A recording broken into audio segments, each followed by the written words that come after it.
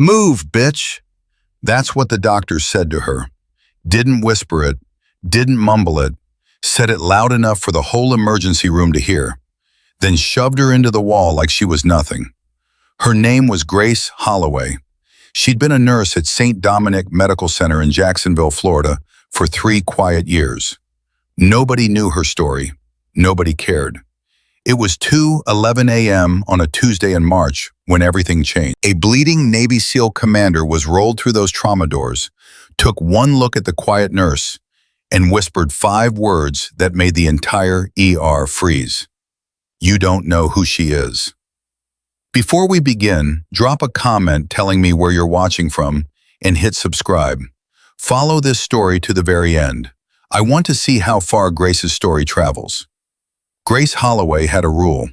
Don't talk unless it matters. Don't argue unless a life depends on it. Don't let anyone see what's underneath. For 3 years, that rule kept her alive. Not in the way soldiers survive, but in the way ghosts do. Invisible, untouched, forgotten. She worked the overnight shift at St. Dominic Medical Center, the kind of hospital that sat between a naval base and a highway, which meant it caught everything: bar fights, car wrecks, domestic disputes, and the occasional military transport that nobody talked about in the morning. Grace moved through the ER the same way every night. Head down, hands busy, mouth shut. She fixed what was broken, cleaned what was bloody, and disappeared before anyone thought to say, "Thank you." The residents learned fast that if they made a mistake at 3 a.m., Grace would fix it without telling the attending. That made her useful. It also made her invisible. And in a hospital like St. Dominic, invisible meant vulnerable. "Grace, can you take bed 7? I need a break." "Grace, the IV in room 4 is beeping again. Can you just—" "Grace, doctor, Kessler wants fresh labs on his trauma patient. Like, now." She never said no. She never rolled her eyes. She just nodded and moved. And because she never pushed back, people pushed harder. The only person who seemed to enjoy that dynamic, truly enjoy it, like a man pulling wings off something small, was Dr. Richard Kessler. Kessler was the senior attending surgeon on the overnight trauma rotation. 53 years old, tall, loud, hands that never stopped moving because stillness made him feel ordinary. And Richard Kessler had decided a long time ago that he was anything but ordinary. He had the kind of confidence that doesn't come from skill. It comes from never being told no by anyone who mattered. He called the younger nurses sweetheart when administrators walked by. He called them worse when they didn't. "Where's my quiet little helper?" he said once, loud enough for half the ER to hear, snapping his fingers at Grace like she was a dog. "There she is. Grace, honey, go get me a coffee. Not that burnt crap from the break room, the good one, 2nd floor." Grace looked at him for exactly 1 second. Then she went and got the coffee. Nurse Diane Marsh, the charge nurse on shift, watched it happen from the station. She shook her head slowly but said nothing. Diane had been at St. Dominic for 22 years. She'd seen doctors like Kessler come and go, and she'd learned the same lesson every veteran nurse learns. The ones who bring in the most money get away with the most damage. One day, Diane muttered to Tyler, the 2nd-year resident, "That man is going to put his hands on the wrong person." Tyler looked up from his chart. "He already puts his hands on everyone." Diane's jaw tightened. "I said the wrong one." That night, the ER ran hot from the start. 2 car accidents back to back. A teenager with a broken arm who wouldn't stop screaming. A 70-year-old man whose wife kept asking if he was going to die, and Grace kept telling her gently, "He's stable, ma'am. He's doing just fine. You can hold his hand." Grace was good at that, the soft stuff, the human stuff, the part of emergency medicine that doesn't show up on charts, but keeps families from falling apart in waiting rooms. But Kessler didn't value soft. Kessler valued speed, volume, and obedience in that order. At 1:47 a.m., things got worse. A young woman, early 20s, stumbled through the ER entrance with blood running down her face. Not dramatic, not screaming, just walking, dazed, like she didn't fully understand what had happened to her yet. Grace was the first to reach her. She took the woman's arm, guided her to a chair, and crouched down so they were eye to eye. "Hey, I'm Grace. Can you tell me your name?" The woman blinked. "Megan." "Okay, Megan, you're safe now. Can you tell me what happened?" Megan's lip trembled. "My boyfriend, he didn't mean to." Grace's expression didn't change, not a flicker. But something behind her eyes shifted, something old and heavy and deeply personal. She reached up and gently moved the hair from Megan's face to examine the wound. A deep gash above the left eyebrow, swelling around the orbital bone. "Megan, I need you to listen to me. You're going to be okay. I'm going to take care of this. But I need to ask, is he here? Did he follow you?" Megan's eyes darted toward the door. "I don't think so." Grace squeezed her hand. "Good. You're safe. Stay with me." She flagged Tyler from across the room. Tyler jogged over, took one look at the wound, and his face tightened. "She needs a CT, and we should probably call social work," Grace said quietly. "And security. Don't let anyone in to see her unless she says so." Tyler hesitated. "Kessler's going to want to handle this himself. He loves the dramatic ones." Grace looked at him. "Then Kessler can wait." That sentence hung in the air. Tyler had never heard Grace push back on anything, not once in the 8 months he'd been rotating through St. Dominic. He blinked, then nodded, and picked up the phone. Kessler found out 10 minutes later. He came around the corner fast, white coat flapping, chart in hand, irritation stamped across his face like he'd been personally insulted. "Who moved my board? Who reassigned bed 3 without telling me?" Grace was standing at the nurse's station, updating Megan's chart. She didn't look up. "I asked a question." Kessler slapped his hand on the counter. "Who touched my board?" "I did," Grace said, calm, flat. Kessler stared at her. Then he laughed. Not a real laugh, the kind designed to make someone feel small. "You did. The quiet one.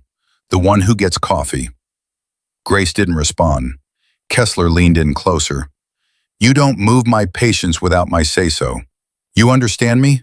You're a nurse. You do what I tell you, when I tell you." Grace's pen stopped. She looked up and for half a second, so fast that only Diane noticed from across the room, there was something in her eyes that wasn't quiet at all. Then it was gone. "Yes, doctor," she said. Kessler smiled. The smile of a man who just confirmed he was still in charge. He straightened up, adjusted his coat, and walked away whistling. Diane watched him go. Then she looked at Grace. Grace was already back to writing, hands steady, face blank. "Grace," Diane said softly, "I'm fine." "I wasn't going to ask if you're fine. I was going to ask how long you're going to let him do that." Grace put the pen down. She looked at Diane for a long moment, and something passed between them.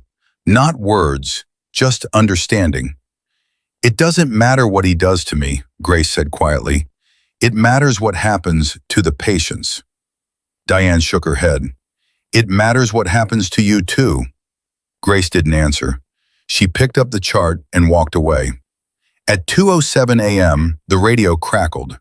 Not the normal radio, the red one. The one that only went off for incoming mass casualties or critical traumas being transported from the field. The paramedic's voice came through choppy and urgent. "St. Dominic, this is Rescue 4, inbound with a 16-year-old female. Rollover accident on I-95. Significant head trauma, uneven pupils, possible cervical injury. Patient is responsive but deteriorating. ETA 4 minutes." The ER shifted into high gear. Tyler grabbed a trauma kit. Diane started clearing the bay. Kessler appeared from nowhere, already barking orders like a general who'd been waiting for a war. "Get me Bay 2 ready. I want full imaging on standby. Someone page neurology." Grace was already moving, not because anyone told her to, because she heard the word 16 and her body overrode everything else. She grabbed suction equipment and headed for the trauma bay before the doors even opened. At 2:11 a.m., the ambulance backed in. The paramedics rushed through with a girl on a backboard, small, pale, blood matted in her dark hair. Her eyes were half open, rolling, unfocused. One pupil was blown wide. The other was a pinpoint. Grace stepped up immediately. She positioned the suction, cleared the girl's airway, and leaned close. "Hey, sweetheart, my name is Grace. You're at the hospital. You're safe." The girl gagged, coughed. A weak, wet breath came back. Grace didn't flinch. She adjusted the angle, suctioned again, and felt the airway open just enough. "That's it. Good girl. Keep breathing for me." Tyler fumbled with an oxygen mask behind her. His hands were shaking. He'd never worked a pediatric trauma before. "Tyler," Grace said, calm as a Sunday morning, "mask first, then check her C-spine. You've got this." Tyler steadied, put the mask on. His hands stopped shaking. Years later, he would tell people that Grace Holloway taught him more in 30 seconds than medical school taught him in 4 years. That was when Dr. Richard Kessler decided to make his entrance. He swept into the trauma bay with the energy of a man who believed every room improved the moment he walked in.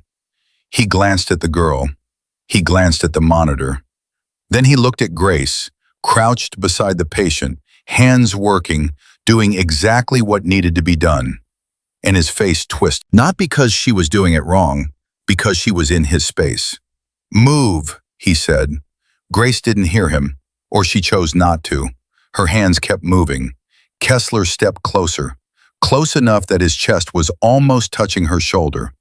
He leaned down until his mouth was next to her ear, and he said it again, louder this time, loud enough for every person in that trauma bay to hear. "Move, bitch." Then he shoved her. Not a bump, not an accidental brush. He put his open palm on her shoulder and pushed. Hard. Grace stumbled sideways. Her hip hit the counter. A metal tray crashed to the floor, instruments scattering, ringing against tile. The sound was sharp and ugly in the quiet bay. Everyone saw it. Tyler's mouth fell open.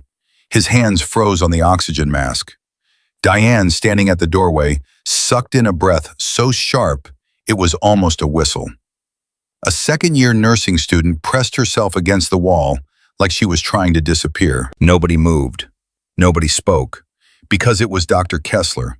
Because he brought in $4 million in surgical revenue last year.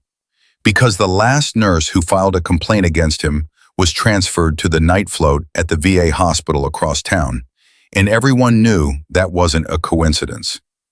Grace caught herself on the counter. Her knuckles were white for exactly 1 second. Then she let go. She straightened her scrubs. She picked up the suction that had fallen from her hand, and she looked back at the girl on the table. Not at Kessler, not at the staff, at the patient, because that's where her eyes always went, toward the person who needed her most. Kessler watched her, waiting for the reaction. The tears, the trembling lip, the quiet, "I'm sorry," that he'd heard from a dozen other nurses he'd broken over the years. But Grace gave him nothing, just silence, just stillness. And that silence, that absolute refusal to give him what he wanted, made something ugly rise in his chest. "You heard me," he said louder now, playing to the room. "Get out of my trauma bay before you hurt somebody. You understand me? You don't belong here." Grace's jaw tightened, one single clench, barely visible. Then she set the suction down on the counter, stepped back from the patient, and folded her hands in front of her. She didn't leave the room. She stepped back. "There's a difference." Kessler smirked. He turned back to the patient like he'd just won something important. "All right, let's go. Tyler, what are her vitals? Somebody get me a line in." And the room started moving again, like the last 60 seconds hadn't happened. Like a doctor hadn't just shoved a nurse into a wall and called her a bitch in front of everyone. Like that was normal. Like that was Tuesday. Diane looked at Grace from across the room. Grace was standing with her back against the wall, hands still folded, face perfectly calm. But Diane had been a nurse for 22 years, and she knew what calm looked like when it was covering something enormous. "Grace," she whispered. Grace shook her head once. "Not now." Tyler worked on the girl, following Kessler's barked orders, but his eyes kept drifting to Grace. Something about the way she stood bothered him.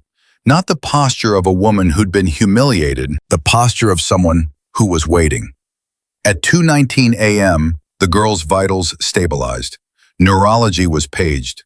The crisis passed. Kessler strutted out of the bay like a conquering hero, already talking on his phone about his golf game on Saturday. Grace walked to the break room. She poured a cup of coffee, the burnt kind, from the old pot nobody cleaned. She held the cup with both hands and stared at the wall. Tyler found her there 2 minutes later. "Grace, that was—" "Don't," Grace said. "He can't do that. That's assault. I can report—" Grace looked at him. Her eyes were dry.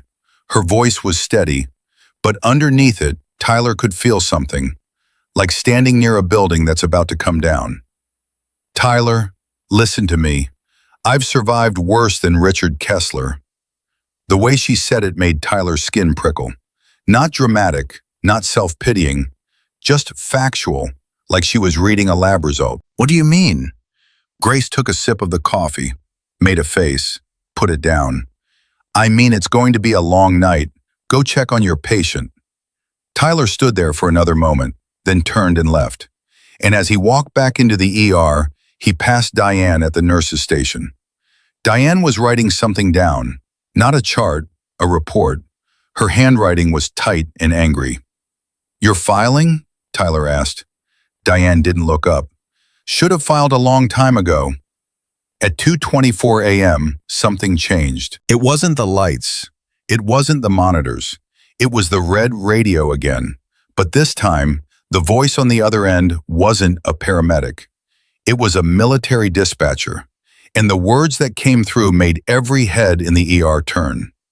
"St. Dominic, be advised. Inbound critical military casualty. Navy Special Warfare. Multiple penetrating trauma wounds. Possible internal hemorrhage. Patient is conscious but combative. Armed escort will not be accompanying. Repeat, no armed escort. Handle with caution. ETA, 2 minutes." Diane looked at the radio like it had just spoken in a foreign language. Tyler blinked. "Did that say Navy Special Warfare?" Kessler reappeared instantly, phone gone, smile on. Well, this is going to be interesting." And down the hall, Grace Holloway set down her coffee cup, looked toward the trauma bay doors, and felt something she hadn't felt in 3 years. Her hands started to shake, not from fear, from recognition, from the deep, buried knowledge that the world she'd walked away from was about to walk through those doors. She closed her eyes, took one breath, opened them, and the shaking stopped. The ambulance bay doors burst open at 2:26 a.m., and Grace Holloway's pass came in bleeding. The gurney came through fast. 2 paramedics, one on each side, moving with the kind of urgency that told Grace this wasn't a stabilized transport. This was a race. The man on the stretcher was big, 6'2", maybe 6'3", and even flat on his back with blood soaking through torn green camo, he didn't look like a victim. He looked like a threat that somebody had managed to put down temporarily. His face was pale. His jaw was clenched so tight the muscles stood out like cables. But his eyes were wide open, scanning, tracking, cataloging every face, every hand, every corner of the room. Not the eyes of a man in shock, the eyes of a man who'd been ambushed before and refused to let it happen twice. Grace saw him from 15 feet away, and her feet stopped. Just for a second. Just a half-step pause that nobody noticed except Diane, who was watching Grace the way she'd been watching her all night, like she was waiting for a crack in the armor. Then Grace moved again, gloves on, IV kit in hand. Because whoever that man was, he was bleeding, and bleeding was something Grace knew how to stop. Kessler got there first. Of course he did. He shouldered past Tyler, nearly knocked a nursing student into the wall, and planted himself at the head of the gurney like he was posing for a photograph. "Talk to me," he barked at the paramedics. "What are we dealing with?" "Multiple penetrating wounds to the left flank and abdomen," the lead paramedic said, breathing hard. "Field dressing applied on scene. BP was 90/60 in the truck and dropping. He's been conscious the whole time but combative, refused sedation." Kessler snapped his fingers. "Get me 2 large-bore IVs, type and cross. Somebody page surgery and tell them I need an OR in 20 minutes. The wounded man turned his head and looked at Kessler. Not a glance, a study. The kind of look a man gives something he's deciding whether to kill. "Who are you?" the man said. His voice was low and rough, like gravel dragged across concrete. Kessler didn't even look at him. "I'm the guy who's going to save your life. Now lie still. I asked you a question." Kessler finally looked down. He wasn't used to patients talking back, especially ones who should have been unconscious. "I'm Dr. Kessler. I'm the attending trauma surgeon, and you are bleeding out on my table, so I suggest you shut up and let me work." The man's eyes narrowed. He didn't blink. "You always talk to dying men like that?" Kessler leaned in with that smile Grace had seen 100 times, the one designed to remind everyone in the room who was in charge. Only the ones who won't stop talking. The paramedic caught Tyler's arm as he passed. "Hey, be careful with this one. He's not regular military. The dispatcher said special warfare, Navy SEALs. His guys dropped him at the base gate and disappeared. No escort, no paperwork, no names." Tyler swallowed. "No names? Nothing. He won't even confirm his own." Kessler was already reaching for the field dressing, trying to peel it back to see the wound. The man's hands shot out, fast, impossibly fast for someone who'd lost that much blood, and caught Kessler's wrist. The grip was iron. Kessler's face twitched, and for one satisfying second, real fear flickered across his features. "I said don't touch me," the man growled. Kessler yanked his hand back, rubbing his wrist, ego burning hotter than the pain. "Security!" "Don't bother," the man said. He was breathing harder now, the effort of that one movement costing him. "I'll be dead or gone before they get here." "You'll be dead if you don't let me examine you." The man closed his eyes for a second. When he opened them, something had shifted. The fight drained just enough for him to speak in a different tone. Not softer, just more deliberate. "I need someone who knows what they're doing." Kessler's face went red. "Excuse me?" "You heard me." At 2:29 a.m., Grace stepped up to the gurney. She didn't announce herself. She didn't ask permission. She just appeared at the man's side with an IV kit already torn open, her fingers finding the vein on his forearm with the efficiency of someone who'd done this 1,000 times in worse conditions than a lit emergency room. Kessler saw her immediately. His jaw tightened. The humiliation from the man's words was still fresh, and Grace, quiet, obedient Grace, was now standing exactly where he didn't want her. "What are you doing?" he snapped. "Starting an IV," Grace said without looking up. "I didn't tell you to start an IV." "He needs fluids. His pressure's dropping. I'm not waiting for you to finish arguing." The room went still. Tyler's eyebrows shot up. Diane, standing at the doorway, gripped her clipboard so hard it bent. Nobody had ever heard Grace Holloway talk to Kessler like that. Kessler stepped toward her. "Get this dumb nurse out of here," he said to no one in particular. "She's already been in the way once tonight." Grace kept working. Her hands didn't shake. Her eyes didn't waver. She found the vein, slid the catheter in clean, one try, no fishing, and reached for the tape. Kessler grabbed her wrist, hard, the same hand that had shoved her into the counter 30 minutes ago. "I said move." And that was when the wounded man opened his eyes and looked at Grace, really looked at her. His pupils dilated, his breathing hitched, not from pain, from something else. His mouth opened slightly and his whole body changed, like a current had run through him. He stared at her face like a man looking at a photograph he'd kept in his pocket for years. "No," he whispered. Kessler's hand was still on Grace's wrist. "No what?" The man didn't look at Kessler. He couldn't take his eyes off Grace. "Take your hand off her," Kessler laughed.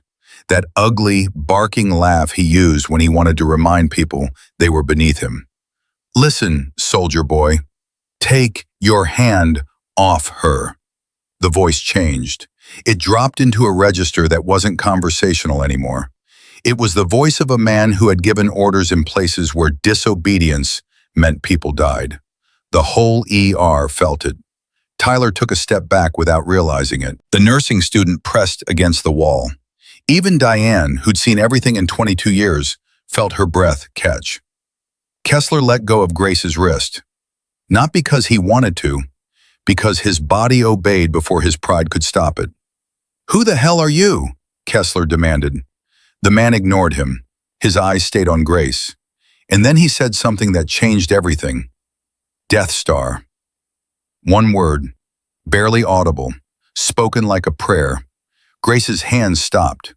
The tape she was holding froze mid-tear. For the first time all night, the first time in 3 years, the mask cracked. Not much, just a flash, a widening of the eyes, a slight parting of the lips, a tremor that ran through her fingers and disappeared before anyone else could name it. But the man on the gurney saw it. He saw all of it. "It's you," he breathed. Grace swallowed. Her throat moved visibly. She forced her hands to keep working, taping the IV line down, adjusting the flow rate. Professional, controlled, but her jaw was tight enough to break teeth. "Sir, you need to lie still," she said. Her voice was steady, almost. "Grace," he said her name like it cost him something. "Grace, it's me. It's Jake. It's Reaper." Tyler looked at Diane. Diane looked at Tyler. Neither of them understood what was happening, but both of them understood that something enormous had just shifted in the room. Kessler, predictably, understood nothing. "What is this?" he snapped. "You two know each other? Is this some kind of—" "Shut up," the commander said. Not loud, just absolute. Kessler's mouth opened, then closed, then opened again. "You don't talk to me like—" "I said shut up." Commander Jake Donovan turned his head toward Kessler, and the look he gave him was the kind of look that makes a man understand, on a biological level, that he is not the most dangerous person in the room. "You put your hands on her. I watched you do it. If I could stand right now, we wouldn't be having a conversation." Kessler went pale, not from the threat itself, but from the way it was delivered. Calm, factual, like a weather report. At 2:33 a.m., the commander's blood pressure dropped again. The monitor beeped faster. Tyler moved in to adjust the fluid rate, but the commander's eyes were still locked on Grace. "How long?" he whispered. Grace didn't look at him. She was checking the dressing, her fingers pressing gently along the edge of the wound. "How long what? How long have you been here? Like this?" 3 years. The commander closed his eyes. When he opened them, they were glassy. "We looked for you. After Kandahar. After everything went dark.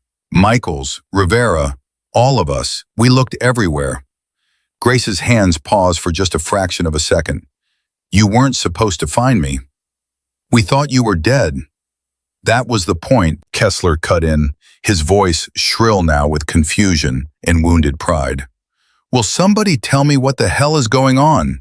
She's a nurse. She works here. She gets coffee. What is this military cosplay nonsense?" The commander looked at Grace. Grace looked at the floor. And then the commander did something that made every person in that trauma bay hold their breath. "Tell him," Donovan said. Grace shook her head. "Jake, don't. Tell him or I will." Grace's jaw tightened. She looked at the commander, really looked at him for the first time, and something passed between them that the rest of the room couldn't read. A history written in blood in sand and silence. It doesn't matter what I was, Grace said quietly. It matters what I am. And what's that? Kessler sneered. A nurse who can't follow orders? Donovan's voice came out like a blade. She's a combat medic. She was attached to SEAL Team 7 for 3 deployments. She operated on men in the field with no anesthesia, no surgical theater, and no backup. She pulled bullets out of my men with her bare hands while mortars were falling on our position. The room didn't breathe.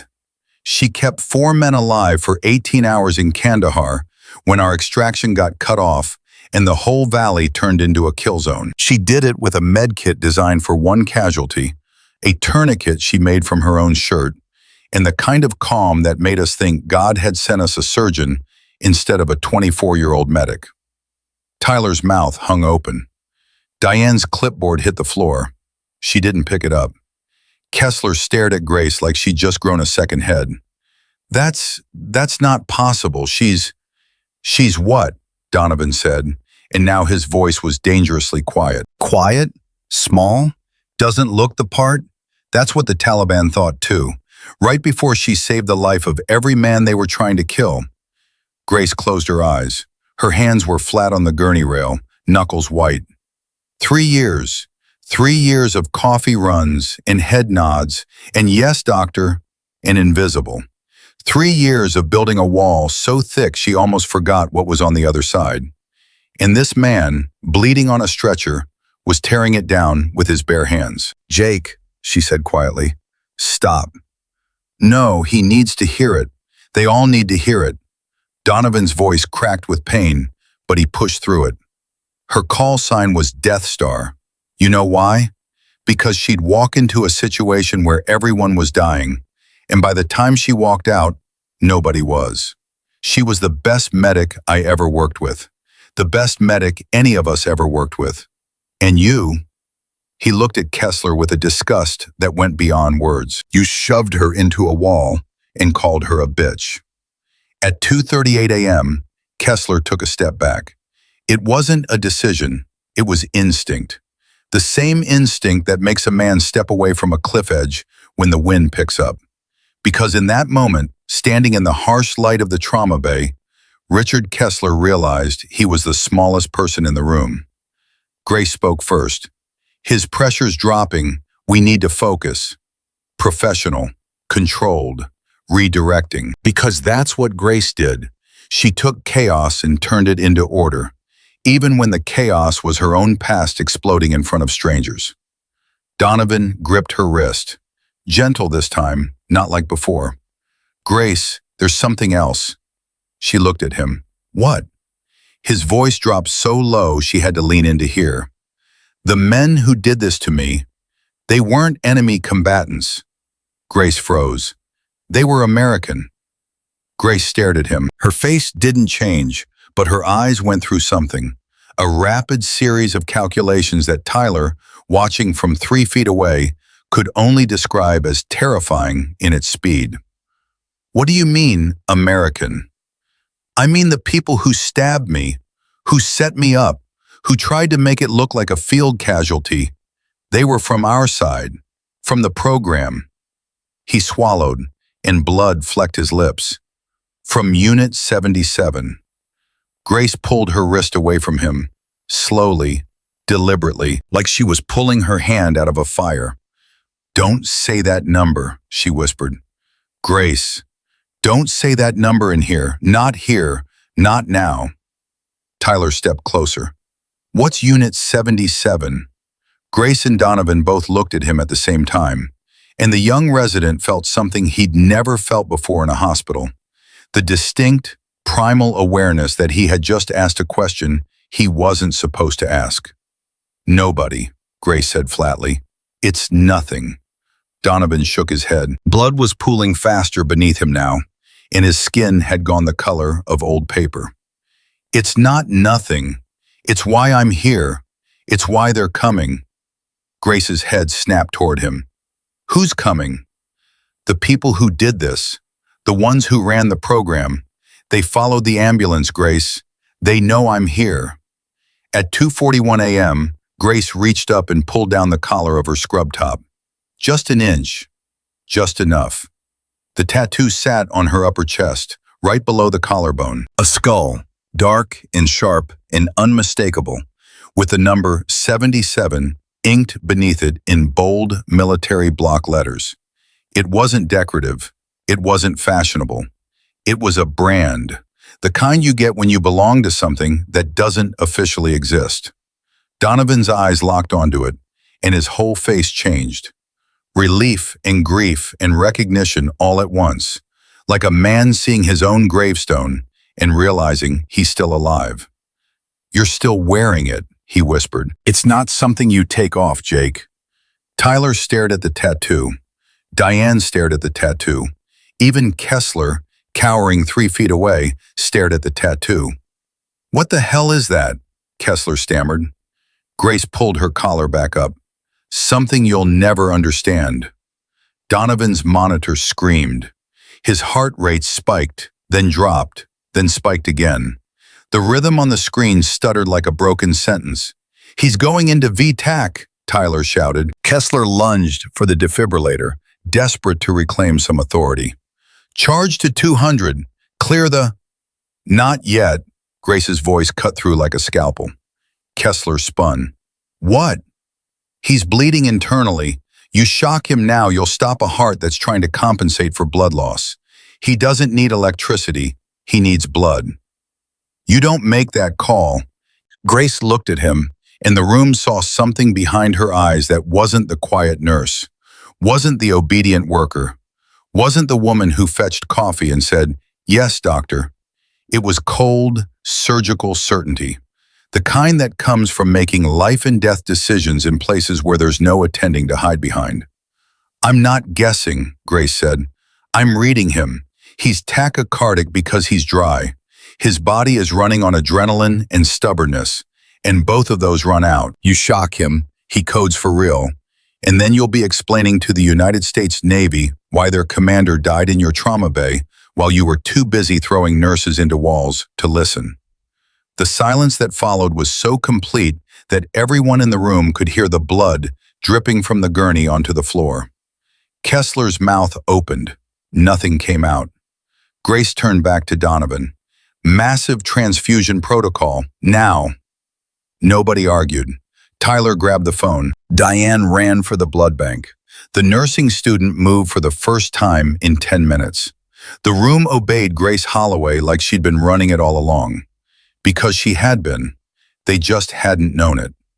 Grace leaned down close to Donovan's ear. His eyes were fluttering, consciousness slipping. "Stay with me, Jake. You hear me? Stay with me." "Grace," his voice was barely there now. "They're coming. You need to run." Grace's hand pressed firmly on his shoulder. Her voice didn't waver. "I don't run anymore." At 2:47 a.m., the lights in the trauma bay flickered. Once, twice. Then the overhead fluorescence cut out completely, and the monitors screamed as they switched to battery backup. Emergency red strips lit the floor like veins. Diane came back through the doorway at a run, blood products in her arms, and her face was white. "Grace, the front entrance. There are men, black jackets, no badges. They just walk through security like it wasn't there." Grace looked up from Donovan's IV line. Her hands didn't stop. Her voice didn't change. But something in her posture shifted, a straightening, a squaring, a readiness that came from somewhere deeper than nursing school. "How many?" she asked. Diane swallowed. "At least 4. Grace looked down at Donovan. His eyes were closed now, but his lips were moving. She leaned in close to hear. "I'm sorry," he whispered. "I'm sorry I brought them to you." Grace pulled back. She looked at the door. She looked at the emergency lights casting everything in red. She looked at her own hands, steady, still, ready. Then she reached for the IV pole beside the bed and gripped it like a weapon. Tyler stared at her. "Grace, what are you doing?" Grace Holloway didn't answer. She turned toward the sealed trauma bay doors and waited. The door handle moved at 2:49 a.m. Slow. testing, the kind of movement that told Grace everything she needed to know. Whoever was on the other side wasn't panicking. They were methodical. They'd done this before. Grace shifted her weight to the balls of her feet. The IV pole in her right hand wasn't heavy, but it was steel, and steel was enough if you knew where to put it. She knew where to put it.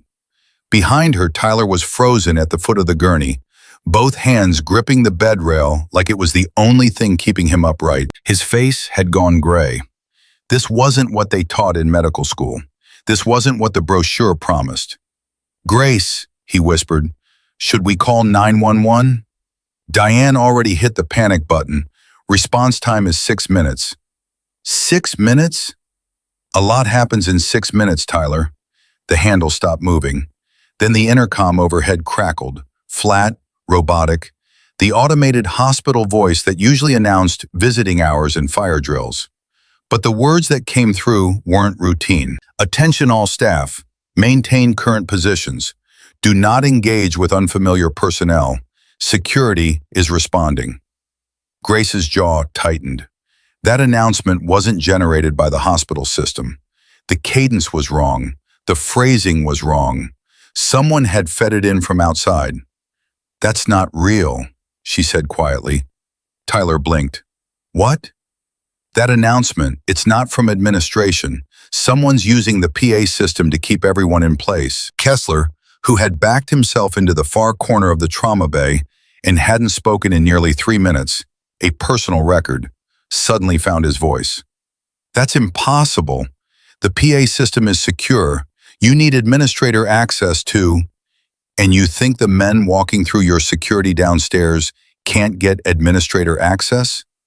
Kessler's mouth closed. At 2:51 a.m., the door opened. Not a kick, not a breach, just a clean, authorized keycard beep and a soft click, and then 2 men stepped into the trauma bay like they'd been invited. They wore dark, tactical jackets over civilian clothes, faces neutral, eyes already working the room. No badges, no identification, no hesitation. The first one was tall, lean, mid-40s, with the kind of face that had been handsome once before something scraped all the warmth out of it. He moved with the economy of someone who'd learned a long time ago that wasted movement gets people killed. His eyes found the SEAL commander on the gurney, cataloged him in half a second, then slid past him and landed directly on Grace. He stopped walking. Grace didn't move. She stood between the bed and the door with the IV pole at her side, and she met his gaze with the same calm she'd used all night, the same calm she'd used for 3 years. But this time, something was different behind it. This time, the calm wasn't hiding weakness.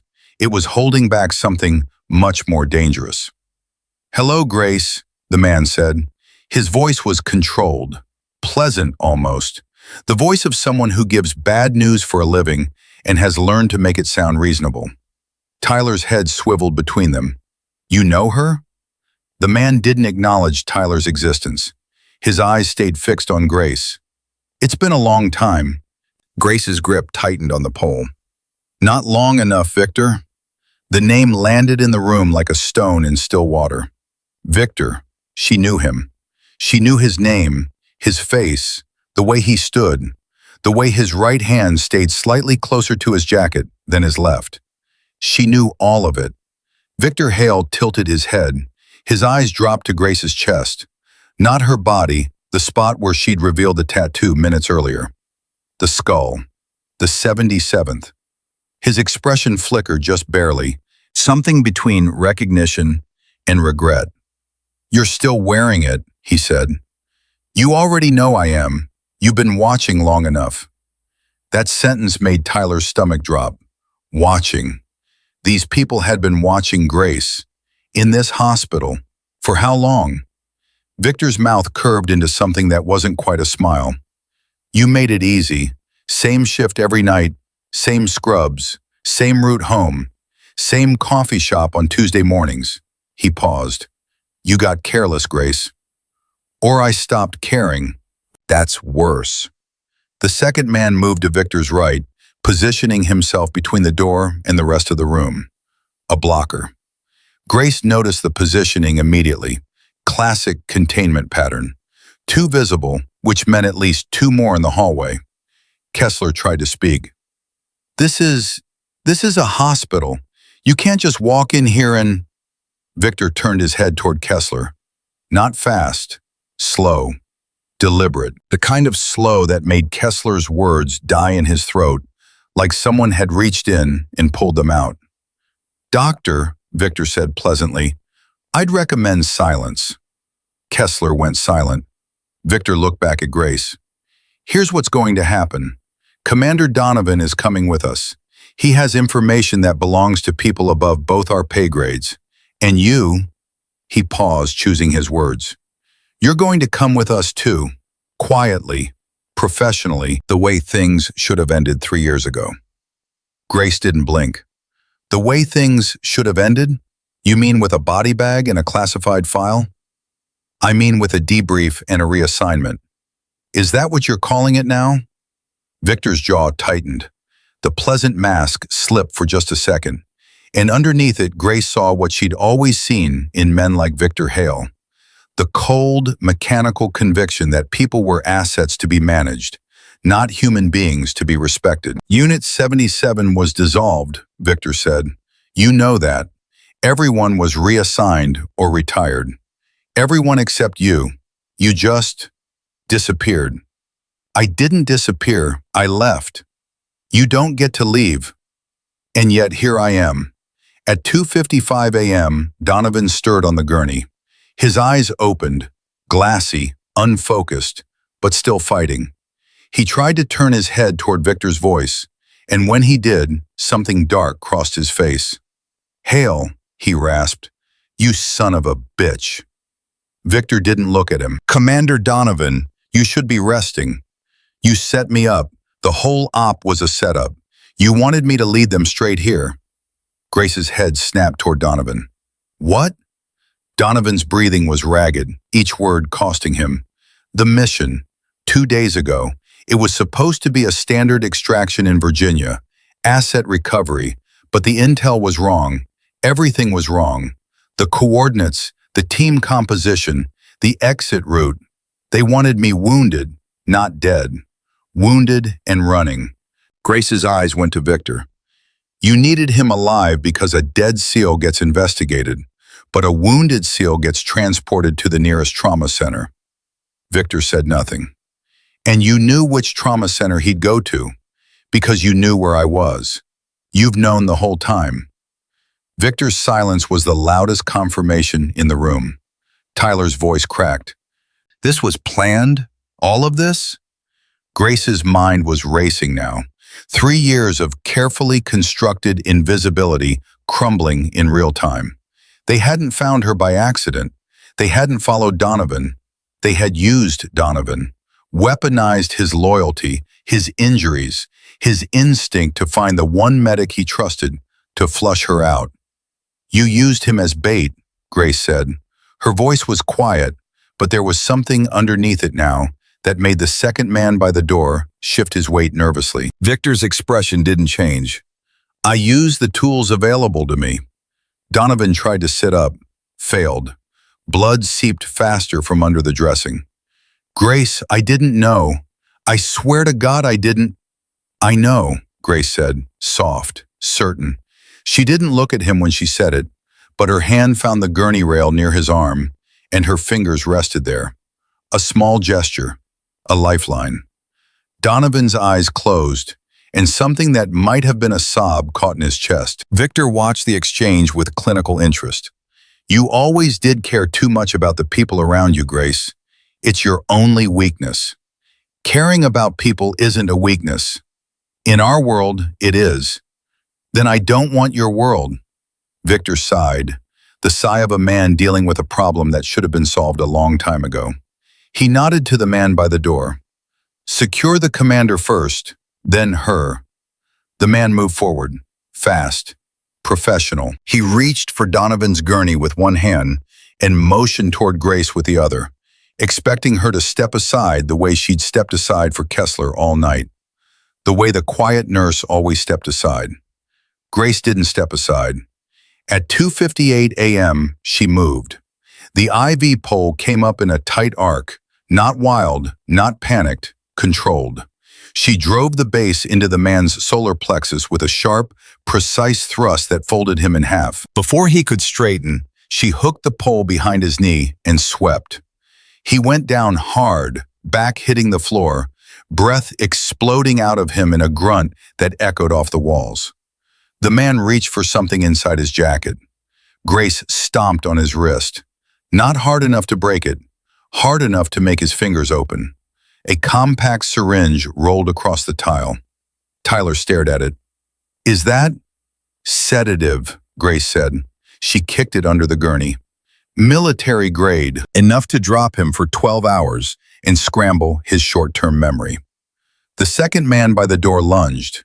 He was faster than the first, younger, bigger, trained for exactly this kind of close-quarters work. He grabbed Grace's shoulder and tried to spin her around. Grace let the momentum carry her, dropped her weight, and drove her elbow backward into his ribs. She felt something give. The man gasped, and his grip loosened just enough for Grace to twist free, grab his wrist, and torque it into a joint lock that put him on his knees. She held him there for exactly 2 seconds. Then she shoved him forward into the wall. His head connected with the mounted hand sanitizer dispenser, and he went down in a heap. Kessler made a sound. Not a word, a sound. The kind of sound a man makes when the entire framework of his reality shifts, and he realizes he's been standing in the wrong building his whole life. He pressed himself deeper into the corner, hands up, like Grace might come for him next. Grace didn't even glance at him. Her eyes went straight to Victor Hale. Victor hadn't moved. He stood in the same spot, hands at his sides, watching his 2 men on the floor with an expression that was closer to admiration than anger. "There she is," he said quietly. "There's the Death Star." "Don't call me that." "Why not? It's who you are.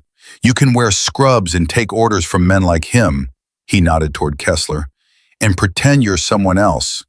But the second someone threatens the people around you, there you are. You can't help it, Grace. It's in your blood." Grace's breathing was steady. Her hands weren't shaking, but something in her face told Tyler that Victor's words had landed somewhere painful. "You're wrong," Grace said. "Am I? Look at what you just did. 2 armed operatives, 60 seconds, and you didn't even raise your heart rate. That's not nursing school, Grace. That's Kandahar.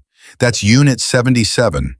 That's the woman who walked into a Taliban ambush with nothing but a med kit and walked out carrying a man twice her size." At 3:02 a.m., Grace said something that made Victor's composure crack for the first time. "I didn't walk out of Kandahar, Victor. I crawled, on my hands and knees, through blood and dirt and pieces of people I loved. I crawled because my legs were full of shrapnel and my left lung was collapsing, and the only thing keeping me moving was the sound of Jake Donovan screaming my name from the extraction point." The room was so quiet Grace could hear the blood dripping from Donovan's gurney onto the floor. Drip, drip, drip, like a clock counting down. "You want to know why I left?" Grace continued. "You want to know why I disappeared?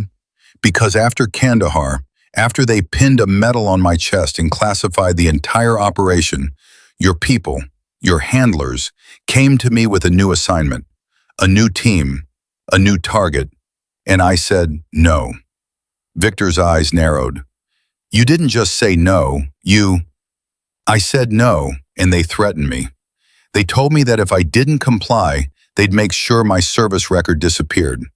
They told me I'd never work in medicine again. They told me that the men I'd saved, Donovan, Michaels, Rivera, would be reassigned to operations designed to get them killed." Donovan's eyes opened. "What?" Grace didn't look at him. She kept her gaze locked on Victor. "So I did the only thing I could do to protect them. I vanished. I burned my identity. I walked away from everything I'd ever been, and I became a quiet nurse in a Florida ER who fetched coffee and took orders, and never, ever fought back. Because fighting back meant being found, and being found meant the people I cared about would pay for it." The silence after those words was different from the silences that had come before. This wasn't the silence of shock or fear. This was the silence of something being understood for the first time. Tyler wiped his eyes. He hadn't realized he'd been crying. Diane, standing in the doorway with blood products still clutched to her chest, let out a breath she'd been holding for what felt like hours.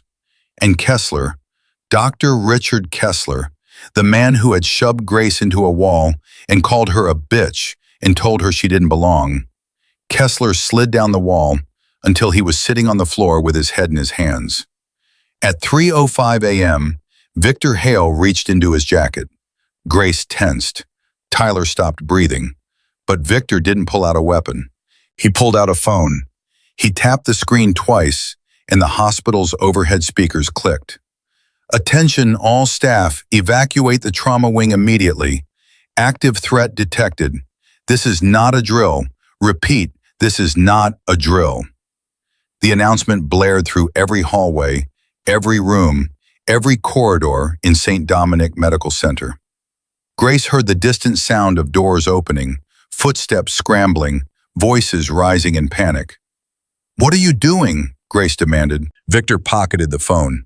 "Changing the narrative." Grace understood immediately. The evacuation would bring police. Police would find two unconscious men on the floor of a trauma bay with a nurse standing over them.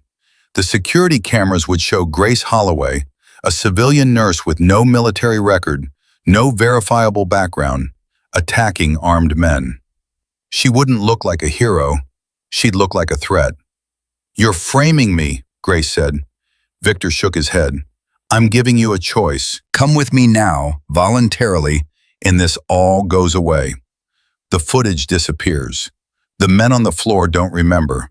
Donovan gets the best care the Navy can provide, and you go back to doing what you were made to do.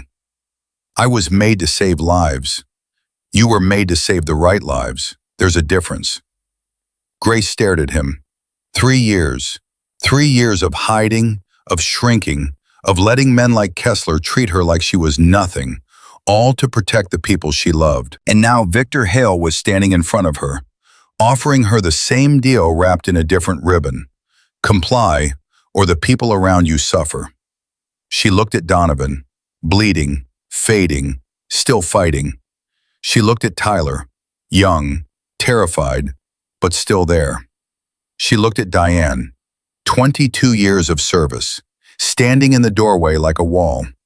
Then Grace looked at Kessler, the man who had spent the last 3 hours treating her like garbage, the man who shoved her and mocked her and tried to break her in front of everyone. He was sitting on the floor now, shaking, broken by something he couldn't even understand. And Grace made her choice. She turned to Kessler. "Doctor." He looked up. His eyes were red. "I need you to pick up the phone on the wall. I need you to call a code and tell them the active threat is in the hallway. Tell them the attackers are wearing dark tactical jackets. Tell them the trauma bay is secure and the patient is critical. Can you do that?" Kessler stared at her. I can't." "Yes, you can. You're the senior attending. Your voice is the one they'll listen to. For once in your life, use it for the right reason." Something broke in Kessler's face. Not his pride, something deeper. Something that had been calcified for years under layers of arrogance and cruelty. His lip trembled, his hands shook, but he got up. He walked to the wall phone. He picked up the receiver, and with a voice that cracked 3 times in one sentence, he said, "This is Dr. Kessler in Trauma Bay 2, code Silver. Armed intruders in the hallway, dark jackets, no badges. The trauma bay is secure. We have a critical military patient. Send security to the corridor. Not in here. Keep them out of here." He hung up and looked at Grace. For the first time since she'd known him, his eyes held something other than contempt. "Was that right?" Grace nodded once. "That was right." At 3:09 a.m., Victor Hale's expression changed. Not much, just a tightening around the eyes, a flattening of the mouth. He'd expected Kessler to crumble, not cooperate. He'd expected the room to fracture. Instead, Grace had done what she'd always done. She turned a broken situation into a functional one. "You just made this harder," Victor said. "I know. The second team is already in the building. They're not like these two." He glanced at his men on the floor. "They won't underestimate you." Grace adjusted her grip on the IV pole. "Good." Victor stared at her for a long moment. Then he tapped his earpiece. His voice was flat when he spoke. "Send them in." He stepped backward through the door. The red emergency light caught his face as he disappeared into the hallway, and the last thing Grace saw was his eyes. Not angry, not triumphant, something worse. Resigned. Like a man who'd just given an order he knew he'd regret. The trauma bay fell quiet for exactly 4 seconds. Then Grace heard them. Boots, heavier than before, faster, moving in sync down the corridor with the disciplined rhythm of men who train for exactly this kind of operation. Not 2 this time, more. Grace turned to Tyler. "Get behind the gurney, stay low. Don't move unless I tell you." Tyler didn't argue. He dropped. Grace looked at Diane. "Lock the supply closet from inside. Take the nursing student. Don't open it for anyone who isn't me." Diane hesitated for just a second. "Grace, you can't." "Diane, go." Diane grabbed the nursing student's arm and pulled her into the supply closet. The lock clicked. Grace looked at Donovan. His eyes were barely open. His lips moved, but no sound came out. She leaned close. "Stay alive," she whispered. "That's an order." His fingers twitched against the syringe she'd pressed into his palm earlier, the one she'd taken from the first attacker. He was still holding it, still gripping it. Still a SEAL commander, even half dead on a gurney. Grace straightened up. She faced the door. The boots were closer now, close enough to count. 4 sets, maybe 5. She exhaled once, long and slow. The same breath she'd taken in Kandahar before walking into the kill zone. The same breath she'd taken 3 years ago before walking away from everything she was. At 3:11 a.m., the door opened again, and Grace Holloway stopped being a nurse. The first man through the door was bigger than the others. Wide shoulders, thick neck, hands the size of dinner plates. He moved with the mechanical precision of someone who had cleared rooms for a living and never once questioned what was on the other side. His eyes found Grace immediately, locked on, and dismissed her in the same heartbeat. That was his first mistake. Grace let him take 2 steps into the room. 2 steps was the distance she needed, close enough to reach, far enough to use the pole's length as leverage. When the second man appeared behind him, shoulder to shoulder, Grace committed. She drove the base of the IV pole into the first man's knee. Not a swing, a strike, short, sharp, aimed at the joint with the kind of accuracy that doesn't come from self-defense classes. It comes from combat training where instructors hit you until you learn to hit back faster. The man's leg buckled. He dropped to one knee with a grunt, and before his brain could catch up to what had happened, Grace whipped the pole sideways into his temple. Not hard enough to kill, hard enough to turn the lights off. He went down face first and didn't move. The second man was already reaching for her. His hand caught the back of her scrub top and yanked. Grace felt the fabric tear at the shoulder, felt herself being pulled backward, and instead of resisting, she went with it. She dropped her weight, let his grip become his problem, and when he stumbled forward trying to hold on, she drove her heel into his instep and her elbow into his throat simultaneously. He let go. He had to. His hands went to his neck, gagging, and Grace spun, grabbed his wrist, and used the momentum to slam him face first into the edge of the gurney. The metal rang like a bell.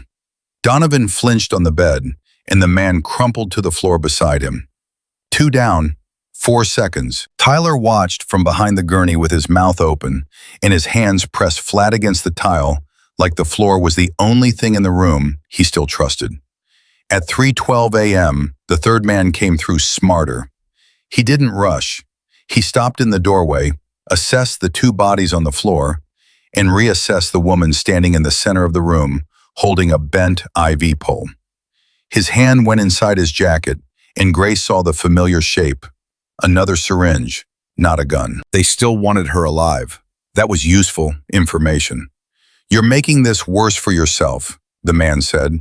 His voice was calm, bored almost. "We have authorization, federal level. You resist, it goes in the file. Everything gets harder." Grace's breathing was even. "You broke into a hospital. You attacked a patient. You brought sedatives into a civilian medical facility. Nothing about this is authorized. You don't exist on paper, Grace. You have no legal standing, no identity, no rights that anyone will enforce." "I have a nursing license," the man blinked. It was such a mundane, absurd thing to say in that moment that it threw him. Just for a second, just long enough. Grace closed the distance in 2 steps. The pole came up under his arm and hooked behind his elbow. She torqued.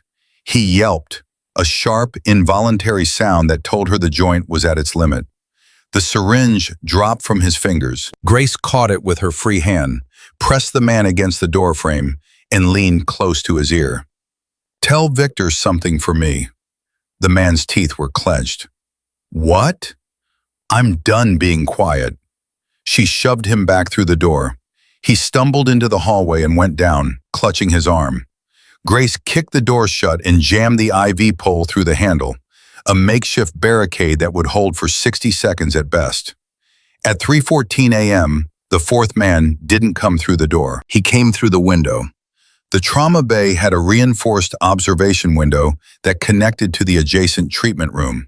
It wasn't meant to open. It was meant to let doctors observe without entering. But the 4th man didn't care what it was meant to do. He came through it shoulder first, glass exploding inward, and he was on Grace before she could turn around. His arm locked around her throat from behind, a rear choke, tight, professional, angled to cut off blood flow rather than air. Grace had 8 seconds before she lost consciousness. She knew that because she'd been taught that. She'd been the one teaching it to others. Grace didn't claw at his arm. She didn't panic. She drove her chin down into the crook of his elbow to buy a half-inch of space, reached back with both hands, found his head, and dug her thumbs into the pressure points behind his ears. The man grunted. His grip loosened. Grace dropped straight down, slipping out of the choke like water, and the moment her knees hit the floor, she rolled sideways and swept his legs. He went down.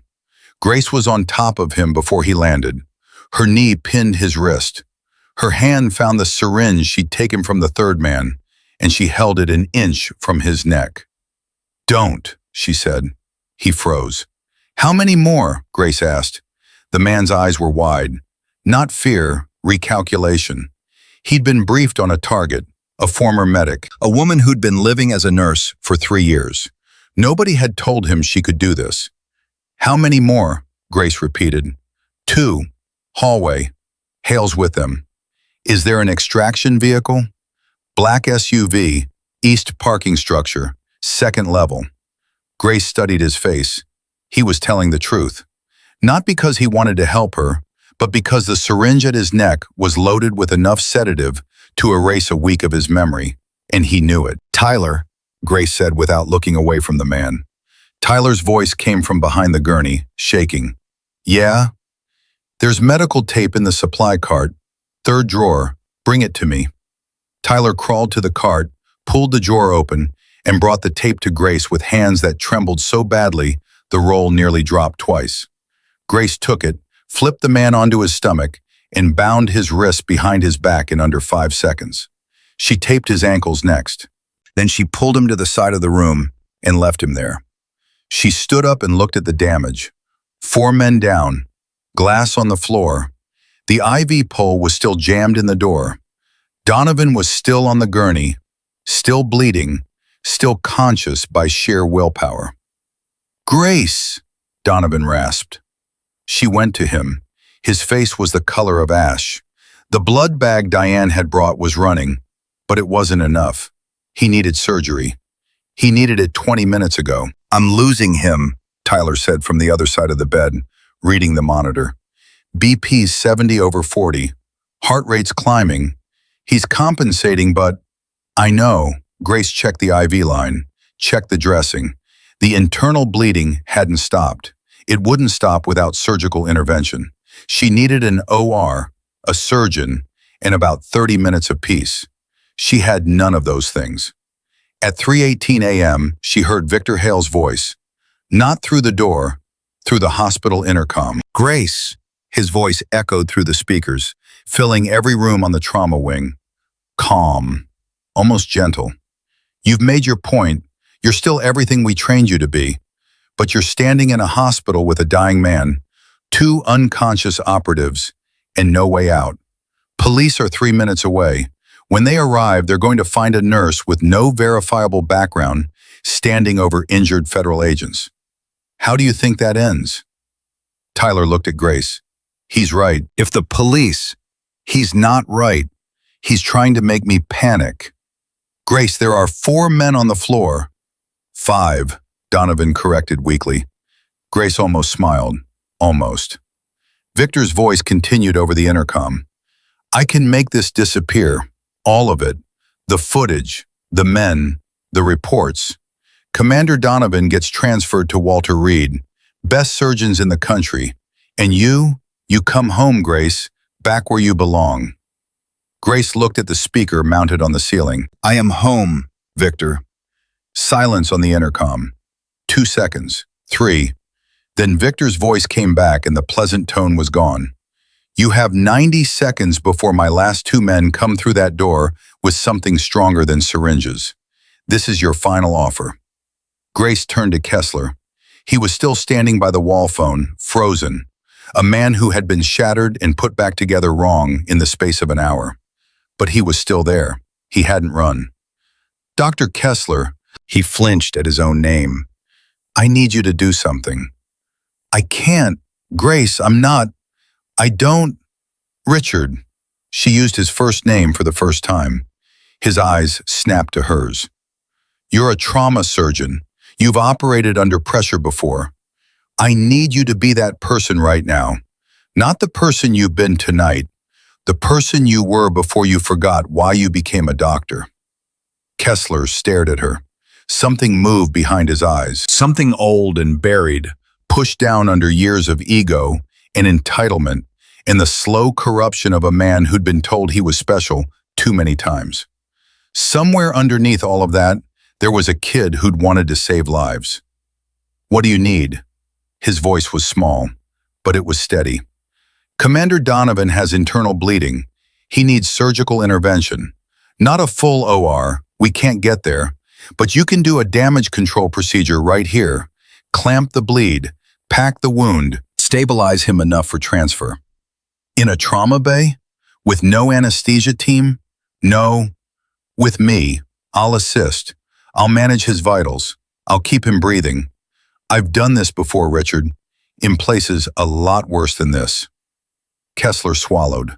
His gaze shifted to Donovan, the man who'd grabbed his wrist, who'd threatened him, who'd called him out in front of his own staff, the man who was now dying because the universe had conspired to put him on a gurney in the one ER where Grace Holloway was working. He'll die without it? Kessler asked quietly. Yes. And if I screw it up, then he dies anyway, and at least you tried, which is more than you've done for anyone tonight. The words hit Kessler like a physical blow. His face crumpled for a second. Genuine pain, not performance. And then it rebuilt itself. Not with arrogance this time, with something harder to name. Resolve, maybe, or penance. Okay, he said, tell me what to do. At 3:21 a.m., Grace heard the boots again. The last 2. Victor's final card. They were at the end of the hallway, moving fast. She turned to Tyler. How long can you hold that door? Tyler looked at the IV pole jammed through the handle. Maybe a minute? 2? That's enough. Keep it closed. Push anything heavy against it. Use the supply cart. Grace, I'm a resident. I'm not built for... Tyler, Grace put her hand on his shoulder. You've been the bravest person in this room all night. You didn't run. You didn't hide. You stayed. That's more than most people do in their entire lives. Tyler's eyes filled. He nodded once, hard, and started shoving the supply cart toward the door. Grace turned to Kessler. "Gloves on, right now." Kessler moved to the surgical tray. His hands were shaking. Grace stepped beside him, and without a word, she took his hands in hers. Not gentle, firm. She held them still until the trembling stopped. "You know how to do this," she said. "Your hands know. Trust them." Kessler took a breath, then another. He pulled on the gloves. He reached for the instruments. At 3:23 a.m., a crash hit the door. Tyler braced himself against the supply cart, feet sliding on tile. "They're here!" Grace didn't look up. She was already beside Donovan, one hand on his abdomen, the other guiding Kessler's instrument toward the wound site. "Tyler, hold it!" Another crash. The fourth pole bent. Tyler screamed, not in pain, in effort, and pushed back with everything his 160-pound frame had. Kessler's hands moved. Grace talked him through it, voice low and steady, the same voice she'd used in Kandahar when the world was falling apart, and the only thing between her team and death was her refusal to stop working. "There, feel that? That's the bleeder. Right there. Clamp it. Slow. Don't rush. You've got it." Kessler's fingers found the source, a torn vessel deep in the abdominal wall, pumping blood with every heartbeat. He positioned the clamp. His hand trembled once. Grace's hand steadied it. "Now," she said. He clamped. Donovan's body jerked, his teeth bared. A sound came from his throat that wasn't a scream. It was deeper, primal, the sound of a body fighting to survive. "Hold him," Kessler said. "Hold him still." Grace pressed down on Donovan's shoulders with both hands. "Jake, look at me. Look at my face. Breathe. One breath, that's it. Another one." Donovan's wild eyes found hers. His breathing slowed.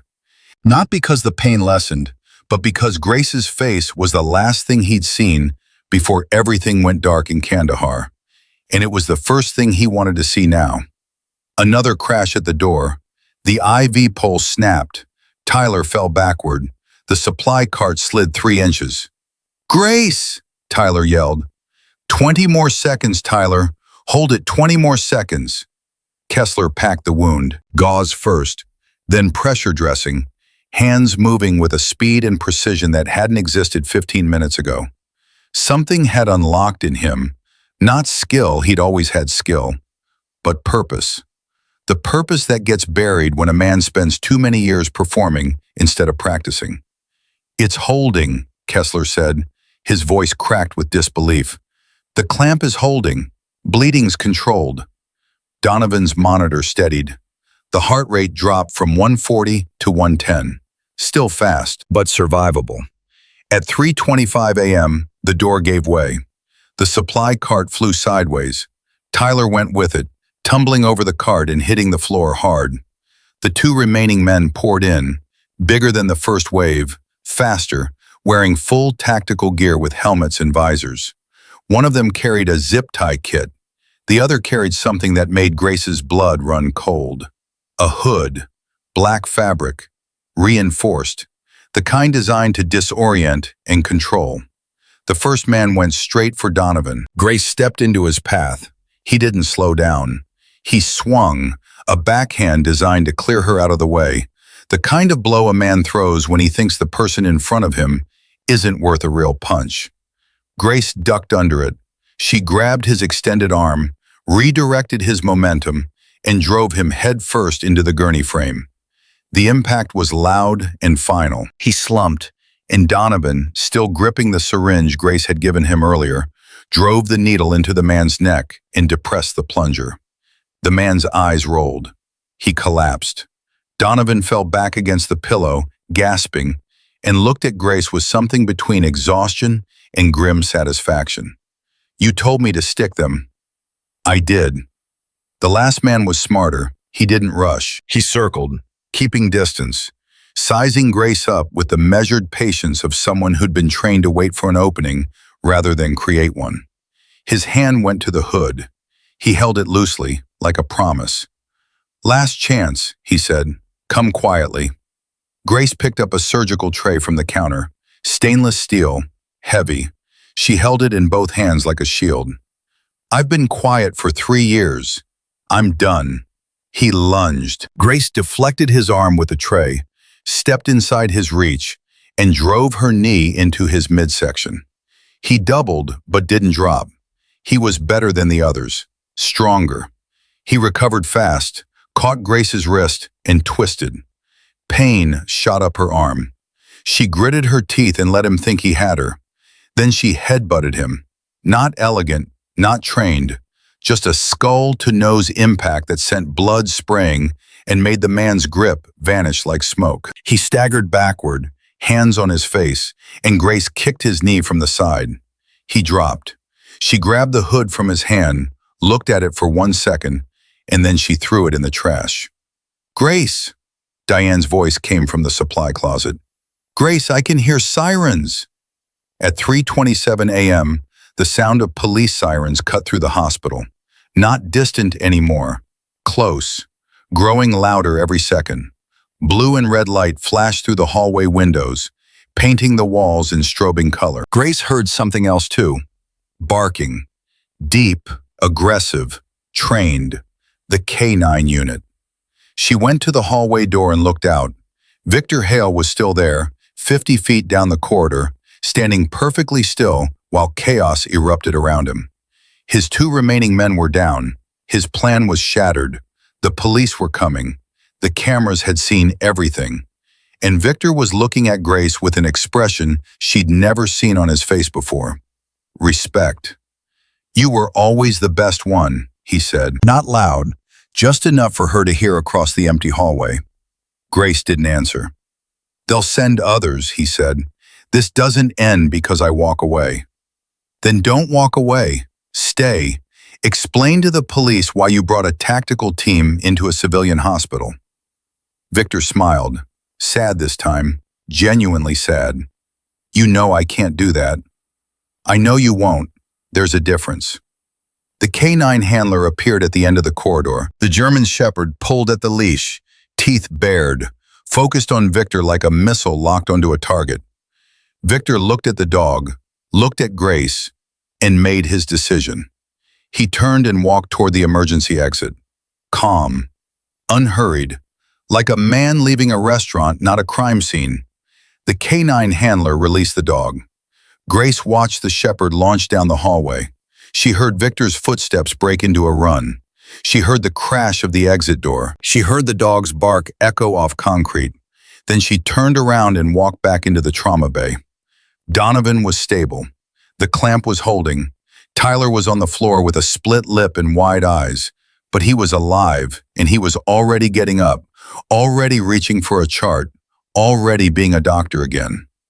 Kessler stood by the gurney with blood on his gloves and tears on his face. Grace walked up to him. She looked at the wound he'd clamped, the dressing he'd packed, the patient he'd stabilized with hands that had been shaking 10 minutes ago. "Good work, doctor," she said. Kessler looked at her. His mouth moved twice before words came out. "Grace, what I did to you tonight, the things I said, I know. I'm sorry. I'm so sorry. I know, Richard. How can you even look at me right now?" Grace held his gaze. "Because you just saved his life, and that's what you're supposed to do. That's what we're all supposed to do." Kessler broke. Not dramatically, not loudly. He just stood there with blood on his hands and let the tears come. And for the first time in years, he didn't try to be anything other than exactly what he was. A flawed man who had finally, at the worst possible moment, remembered how to be a good one. At 3:31 a.m., the police entered the trauma wing. Diane unlocked the supply closet and stepped out with the nursing student, who immediately burst into tears. Tyler gave his statement with a split lip and steady voice. Kessler corroborated everything, every word, every detail, including his own actions. Donovan was prepped for emergency transfer. The surgical team that arrived took one look at Kessler's field clamping, and the lead surgeon turned to him with raised eyebrows. Who did this? Kessler looked at Grace. Grace shook her head slightly. I did, Kessler said. The surgeon nodded. Saved his life. Textbook damage control. Kessler said nothing. He just looked at his hands. Grace stood at the edge of the trauma bay and watched them wheel Donovan toward the elevator. His eyes were closed. His vitals were stable. The syringe she'd given him was still clutched in his left hand. And when the paramedic tried to take it, Donovan's grip tightened even in unconsciousness. Some things you don't let go of. Some people you hold on to even when you can't see them anymore. Grace turned and walked down the hallway. Her scrubs were torn at the shoulder. There was blood on her hands that wasn't hers. Her wrist ached where the last man had twisted it, and her forehead throbbed from the headbutt she probably shouldn't have thrown. But her hands weren't shaking. At 3:34 a.m., Grace Holloway walked back to the nurse's station, sat down, and opened a chart. Diane stared at her. Grace, what are you doing? Megan in bed 3 needs a follow-up CT, and the gentleman in room 7 hasn't had his blood pressure checked in 2 hours. Grace, I know what I just did, Diane. Grace looked up. Her eyes were calm, the same calm as always, but different now. Not hiding, not shrinking, just still. But there are still patients on this floor, and somebody has to take care of them. Diane stood there for a long moment. Then she picked up her clipboard, took a breath, and sat down beside Grace. Room 7 first, Diane said. His wife has been asking about him. Grace nodded. She stood up, smoothed what was left of her scrubs, and walked toward room 7 like nothing had happened. Like she hadn't just fought off a Black Ops extraction team in a trauma bay. Like she hadn't saved a Navy SEAL commander's life for the second time. Like the entire world hadn't just tried to drag her back into darkness, because that's what Grace Holloway did. She showed up. She took care of people. And when the storm passed, she went back to work. Room 7 smelled like hand sanitizer and worry. The old man in the bed, Arthur Briggs, 73, retired postal worker, chest pains that turned out to be a mild cardiac event, was asleep with his mouth open and his wife's hands still wrapped around his fingers. Margaret Briggs hadn't moved from that chair in 6 hours. Her knees ached. Her back screamed. She didn't care. Grace checked his vitals quietly. Blood pressure stable. Oxygen good. Heart rhythm normal. She adjusted the IV drip, noted the numbers on his chart, and turned to Margaret. He's doing well, ma'am, resting comfortably. Margaret looked up at Grace with watery eyes. You're the one who checked on him earlier. Before all that commotion. Grace nodded. What happened out there? We heard alarms. Someone said there was an attack. It's been handled. You're safe. He's safe. Margaret studied Grace's face. The torn scrub at the shoulder. The redness on her wrist. The faint bruise forming on her forehead. Honey, are you okay? Grace blinked. Nobody had asked her that all night. Not once. Not Kessler. Not the administrators. Not the police. A 70-year-old woman in a plastic hospital chair was the first person to look at Grace Holloway and wonder if she was hurting. I'm fine, Mrs. Briggs. You don't look fine. You look like you've been through a war. Grace's throat tightened. She managed a small smile. You should get some rest. I'll be back to check on him in an hour. Margaret reached out and caught Grace's hand. Her grip was soft but deliberate. Thank you for taking care of him, for taking care of all of us. Grace held the old woman's hand for exactly 3 seconds. Then she let go, walked out of the room, and pressed her back against the hallway wall. She closed her eyes. She took one breath, then another. And for 10 seconds, just 10, she let herself feel everything she'd been holding back since 2:11 a.m. The shove, the word, the look on Kessler's face when he said it, the sound of Jake Donovan's voice saying her call sign like a ghost calling another ghost home. The feel of Victor Hale's men grabbing her, choking her, trying to put a hood over her head in the place she came to heal people. The weight of 3 years of silence cracking open like a dam. 10 seconds. That's all she allowed herself. Then she opened her eyes, straightened her scrubs, and walked back to the nurse's station. At 4:15 a.m., the FBI arrived. Not local police, federal. 2 agents in dark suits with credentials that made the hospital director go pale and start making phone calls. They set up in the administrative conference room on the second floor and started pulling people in one by one. Tyler went first. He was in there for 45 minutes. When he came out, his eyes were red and his hands were still shaking. But he walked straight to Grace at the nurse's station and sat down beside her. "They want to talk to you next," he said. "I know. Grace, they asked me about Unit 77. They asked me about Kandahar. They asked me about your tattoo." He paused. "I told them everything I saw. I didn't know what else to do." "You did the right thing, Tyler." "Did I?"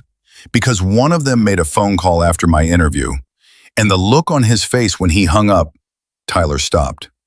"Grace, whoever you are, whoever you were, these people are scared of you."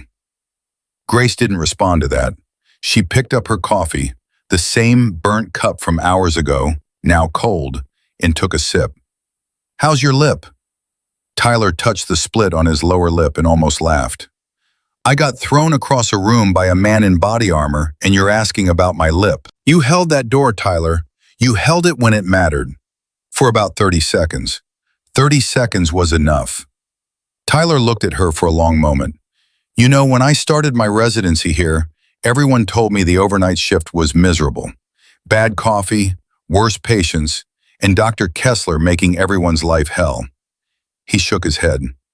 "Nobody told me about you. There was nothing to tell. There's everything to tell." Grace set the coffee down. "Go get your lip looked at, and then go home. Sleep. You earned it." Tyler stood up. He hesitated. Then he did something that surprised both of them. He hugged her. Quick, awkward, the kind of hug a person gives when they don't know if it's appropriate, but they can't not do it. Grace stiffened for half a second. Then she put one hand on his back and patted twice. "Go home, Tyler." He went. At 4:52 a.m., Grace walked into the conference room. 2 agents sat across a long table covered in files. One was a woman in her 50s with reading glasses and the patient expression of someone who had conducted 1,000 interviews and been surprised by exactly none of them. The other was a man in his 40s, lean, sharp-eyed, with the bearing of someone who'd spent time in places that didn't appear on maps. "Miss Holloway," the woman said, "please sit down." Grace sat.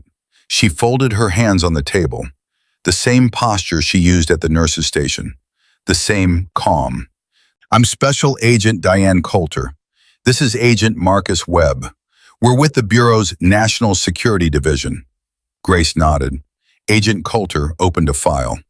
"We've spoken with Dr. Tyler Ramos, Nurse Diane Marsh, Dr. Richard Kessler, and 3 members of the hospital security team. We've also reviewed available security footage from the trauma wing." "Okay. Miss Holloway, I'm going to be direct with you. We ran your name through every federal database available to us. Your nursing license is valid. Your employment records at St. Dominic check out. Your social security number traces back to a woman born in Cedar Rapids, Iowa, 31 years ago." Coulter paused. "But that woman died in a car accident at age 4. Grace said nothing. "Your identity is fabricated. Your background is fabricated. The only thing about you that appears to be real is your nursing skills and a tattoo that matches the insignia of a military unit that, according to every official record we can access, does not exist." Grace sat perfectly still. "Is there a question in there, Agent Coulter?" Coulter removed her glasses. "Who are you?" "I'm a nurse." "You're a nurse who single-handedly disabled 6 trained operatives in a trauma bay. It was a stressful night." Agent Webb leaned forward. He hadn't spoken yet, and when he did, his voice carried a different weight. Not bureaucratic, personal. "I served," he said, "Marine Corps. 2 tours in Helmand Province. I know what combat medics look like. I know what combat medics move like. He held Grace's gaze. And I know what Unit 77 was. Grace's composure didn't crack, but something behind her eyes shifted. A recognition. One veteran looking at another. If you know what it was, Grace said quietly, then you know why I can't talk about it. The unit was dissolved 3 years ago. Any classification restrictions were never officially lifted. Because the unit was never officially acknowledged, you can't declassify something that doesn't exist. Coulter and Webb exchanged a look. Then Coulter closed the file. Miss Holloway, 5 men are in custody. 2 are in the hospital's own ER being treated for injuries. Victor Hale, if that is his real name, evaded capture but is being tracked by every agency with a badge. Commander Jake Donovan is in surgery at Naval Medical Center Jacksonville and is expected to survive. She folded her hands. The question we have to answer is what to do with you. I'm not going anywhere. Excuse me? I'm not going anywhere. I work here. I have patients. I have a shift that ends at 7 a.m. I'm not leaving until it's over. Webb almost smiled. Coulter did not. Miss Holloway, you may be in danger. Hale has been trying to find me for 3 years. He found me, and he left in worse shape than he arrived. If he comes back, I'll be here. Coulter studied her for a long time. You're not afraid. I've been afraid for 3 years, Agent Coulter. Every single day. Afraid they'd find me. Afraid they'd hurt the people around me. Afraid that if I ever stopped being quiet, the world I built would collapse. Grace's voice stayed steady, but something raw pushed through underneath. Tonight, all of that happened. Everything I was afraid of. And I'm still here. So no, I'm not afraid anymore. At 5:30 a.m., Grace walked out of the conference room. The agents had more questions. They'd have more questions for weeks, maybe months. But for now, they let her go. Partly because they didn't have legal grounds to hold a woman whose identity they couldn't verify, and partly because Agent Webb had made a quiet phone call of his own. Grace didn't know what that phone call contained. She didn't ask. She walked back down to the ER. The overnight crew was starting to thin as the day shift filtered in. Fresh faces, clean scrubs, coffee that was actually hot. The fluorescent lights had been restored. The trauma bay was being cleaned.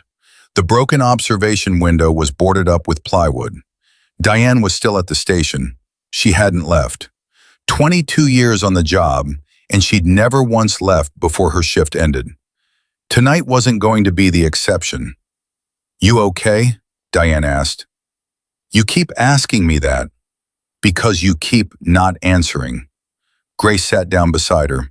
For a moment, neither of them spoke. The ER hummed around them, monitors beeping, phones ringing, the distant sound of a baby crying in the pediatric wing. Normal sounds, living sounds. Diane? Yeah? I'm sorry I never told you. Diane turned to look at her. Told me what? That you're some kind of secret military superhero who can take down armed men with an IV pole? Grace's mouth twitched. That I wasn't just a nurse. Diane reached over and put her hand on Grace's arm. Honey, you were always just a nurse. That's not a small thing. That's not a just thing. You took care of people. You showed up every night. You did the job when nobody was watching and nobody was thanking you. She squeezed Grace's arm. Whatever you were before, that's your business. But what you are now? That's the person I'm proud to work beside. Grace looked at Diane's hand on her arm. She didn't pull away. Thank you, Grace whispered. Don't thank me. Thank yourself for surviving long enough to hear it. At 6:15 a.m., Dr. Richard Kessler walked into the ER. He wasn't wearing his white coat. He wasn't carrying a chart. He was wearing street clothes, khakis and a wrinkled button-down, like he'd changed in the locker room and couldn't bring himself to leave the building. He walked directly to the nurse's station. Diane saw him coming and stood up, her body language shifting into the protective stance of a woman who'd had enough of this man for one lifetime. It's okay, Diane, Grace said. Kessler stopped 3 feet away. He looked like he'd aged 10 years in one night. His eyes were swollen, his hands were in his pockets, and Grace could see them trembling through the fabric.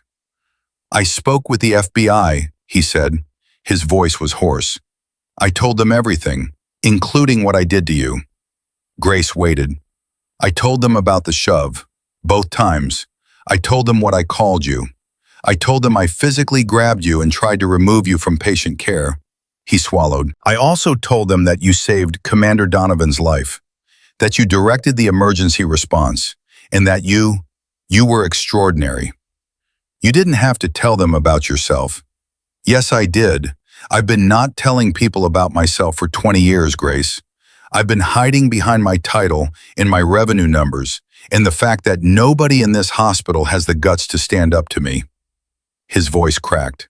"Until tonight." Grace looked at him steadily. "What are you going to do?" "I'm going to resign from my position as trauma attending, effective immediately." He held up a hand before Grace could respond. "I'm not doing it because I got caught. I'm doing it because I stood in that room tonight and watched you fight for a man's life while I cowered in a corner. And I realized that I've been the weakest person in every room I've ever walked into. I just made sure nobody else knew it." Diane's expression softened. Not much, but enough. Kessler looked at Grace, and his eyes held something she'd never seen in them before. Not arrogance, not contempt, not the desperate need to be the smartest person within earshot. Just honesty. Exhausted, ugly, hard-won honesty. "You told me to be the person I was before I forgot why I became a doctor. I've been thinking about that." His lip trembled. "I don't remember who that person was, but I'd like to find out. If that means losing this job, losing this hospital, losing everything I built on top of other people, then that's what it means." Grace stood up. She looked at Kessler for a long moment. Then she extended her hand. He stared at it. "It's called a handshake, Richard. People use it when they're starting over." Kessler took her hand. His grip was weak. His palm was sweating, but he held on. And when he let go, something had passed between them that wasn't forgiveness. Not yet, but the possibility of it. "Take care of yourself, Doctor," Grace said. Kessler nodded. He turned and walked out of the ER. He didn't look back. The automatic doors closed behind him, and for the first time in years, the nurse's station felt a little lighter. At 6:47 a.m., Grace's phone buzzed. She pulled it out and looked at the screen. One text message from an unknown number. No name. No context. Just 5 words. "He's out of surgery. Stable." Grace stared at the message for a long time. Then she typed back 2 words. "Thank you." She put the phone away. She closed her eyes for exactly 3 seconds, and when she opened them, they were clear. At 6:55 a.m., a new patient arrived. A woman in her 60s, clutching her left arm, face tight with pain. Classic cardiac presentation. The day shift nurse fumbled with the intake form, flustered by the chaos still lingering in the ER. Grace stepped in without being asked. She took the woman's arm gently, guided her to a wheelchair, and crouched down so they were face to face. "Hi, I'm Grace. I'm going to take care of you. Can you tell me when the pain started?" The woman blinked, surprised by the calm. "About an hour ago. I didn't want to bother anyone." Grace squeezed her hand. "You're not bothering anyone. That's what we're here for." She wheeled the woman toward the treatment area, already calling out vitals to the incoming resident, already moving with the quiet efficiency that had defined her for 3 years. The day shift nurse watched her go with wide eyes. "Who is that?" she whispered to Diane. Diane picked up her clipboard. She looked at Grace's back. Blonde hair pulled tight, torn scrubs she still hadn't changed, moving through the ER like she owned nothing and carried everything. "That's Grace," Diane said. "Is she always like that?" Diane allowed herself a small smile, the first one all night. "Yeah, she is." At 7 a.m., Grace Holloway's shift ended. She clocked out at the same terminal she always used, The one by the break room with the sticky keyboard and the screen that flickered when you pressed too hard. She washed her hands in the same sink, dried them with the same rough paper towels, and put on the same gray jacket she wore every morning for the walk to her car. She passed Megan's room on the way out. The young woman from earlier, the one with the boyfriend, the gash above her eye, was awake. Social work had been called. Security was posted. She was safe, for now. Grace stopped at the door. Megan looked up. "You're the one from before," Megan said. "The one who helped me." "How are you feeling?" "Scared," Megan paused. "But better. The social worker is coming back at 8. Grace nodded. She reached into her jacket pocket and pulled out a small card, the direct line for a women's shelter in Jacksonville that Grace had memorized years ago. Because some phone numbers you keep even when you're trying to forget everything else. "If you need anything," Grace said, "day or night, that number works." Megan took the card. Her fingers trembled. "Why are you being so nice to me?" Grace looked at her. "Because someone was nice to me once, when I didn't think I deserved it, and it saved my life." She walked out of the room before Megan could see her eyes change. At 7:12 a.m., Grace pushed through the ER's main doors and stepped outside. Jacksonville in March. Warm already, even this early. The sun was coming up over the street, Johns River, painting the sky in shades of orange and gold that made the hospital parking lot look almost beautiful. Grace stood there for a moment, just breathing. The morning air was humid and thick and alive, and it filled her lungs in a way the recycled hospital air never could. Her phone buzzed again, the same unknown number, a longer message this time. "He's asking for you. Room 412 at Naval Medical. Says he won't let anyone touch his IV until you approve the gauge. You know how he is." Grace laughed, a real laugh. The first one in so long it felt foreign in her chest, like a muscle she'd forgotten she had. She could picture Jake Donovan, stubborn, impossible, still commanding from a hospital bed, terrorizing Navy nurses because they weren't Grace Holloway. She typed back, "Tell him 16 gauge or nothing, and tell him to stop scaring the staff." A reply came instantly. "He says to tell you that's not a real answer. He says come tell him yourself." Grace stared at the phone. The cursor blinked. She thought about Victor Hale, still out there. She thought about Unit 77 and the shadows that came with it. She thought about the life she'd built, small, quiet, invisible, and the way it had protected her for 3 years by keeping her alone. Then she thought about Donovan's voice in the trauma bay, the way he said her name, the way he'd looked at her like she was the only real thing in the room. She typed, "Saturday, I'll bring coffee." She put the phone away. Grace walked across the parking lot toward her car. Her wrist ached, her forehead throbbed. Her scrubs were still torn at the shoulder. She looked like a woman who'd barely survived the worst night of her life. But she walked steady, head up, hands still. A security guard near the entrance called out to her. "Rough night, huh?" Grace looked at him over her shoulder. "Just another Tuesday." She got in her car. She put her hands on the wheel. She sat there for a long moment, looking at her own reflection in the rearview mirror. Blonde hair, loose now, falling around a face that was tired and bruised, and entirely, unmistakably alive. "I'm not hiding anymore," she said, to herself, to the mirror, to the woman she used to be, and the woman she'd decided to become. Then she started the engine and pulled out of the parking lot. The sun rose over Jacksonville. The river caught the light and threw it back in pieces.